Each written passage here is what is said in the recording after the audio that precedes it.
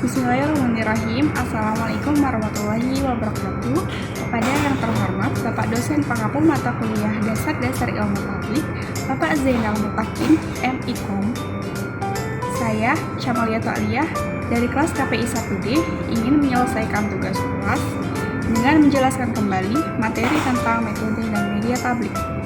Nah, apa saja sih metode dan metode tablik? Simak sampai habis ya.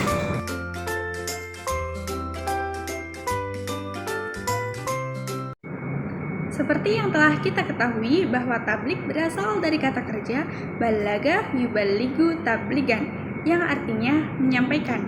Secara umum, tablik adalah suatu penyebarluasan ajaran agama Islam yang memiliki ciri-ciri tertentu yang bersifat insidental, oral, massal, seremonial, bahkan kolosal. Insidental yang dimaksud adalah bahwa tablik bersifat hanya satu kesempatan saja. Tablik bersifat oral, yaitu tablik dilakukan secara lisan. Tablik bersifat massal berarti melibatkan banyak orang. Kemudian, seremonial berarti tablik bersifat perayaan. Dan yang terakhir, kolosal berarti tablik dilakukan secara besar-besaran.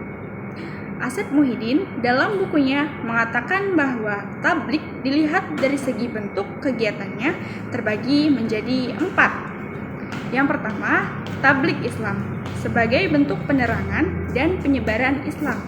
Yang kedua, irsyad Islam sebagai bentuk penyuluhan dan bimbingan Islam.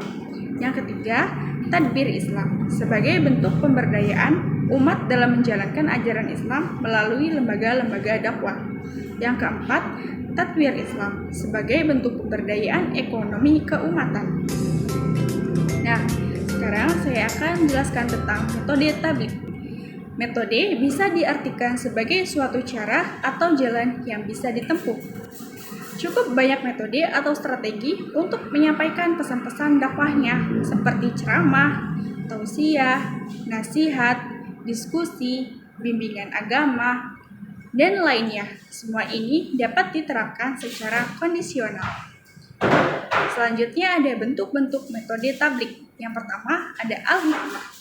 Al-hikmah diartikan sebagai kemampuan seorang dai dalam menjelaskan doktrin-doktrin Islam secara realitas yang ada dengan argumen logis dan bahasa yang komunikatif. Yang kedua, al-mau'izatul hasanah, yaitu kata-kata yang masuk ke dalam kalbu dengan penuh kasih sayang dan ke dalam perasaan dengan penuh kelembutan. Tidak mengungkapkan atau membeberkan kesalahan orang lain. Yang ketiga, al-mujadalah billati hiya ahsan. Maksudnya yaitu pertukaran pendapat yang dilakukan oleh dua belah pihak secara sinergis yang tidak melahirkan permusuhan dengan tujuan agar lawan menerima pendapat yang dikemukakan. Nah, selanjutnya ada media tablik. Media adalah segala sesuatu yang digunakan sebagai perantara untuk mencapai suatu tujuan tertentu. Tablik sendiri mempunyai beberapa media yang bisa digunakan oleh seorang dai untuk melancarkan metode-metode yang digunakannya. Antara lain, yang pertama, media tatap muka adalah media yang lebih efektif karena dapat menghasilkan respon secara langsung. Media ini juga merupakan media yang praktis dan strategis. Yang kedua, media elektronik adalah salah satu hasil dari perkembangan zaman ke zaman. Sudah banyak dai di zaman sekarang yang menggunakan media ini, seperti halnya radio, televisi, live streaming, dan lain sebagainya. Yang ketiga, media cetak adalah media yang disebarkan melalui lembaran kertas, yang kemudian dapat dibaca oleh siapapun bagi pembacanya.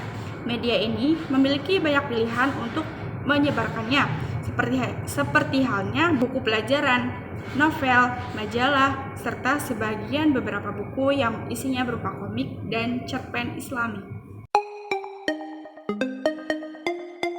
Mungkin segitu saja penjelasan dari saya tentang materi, metode, dan media tablik. Kurang dan kurangnya, saya mohon maaf. Assalamualaikum warahmatullahi wabarakatuh. Terima kasih.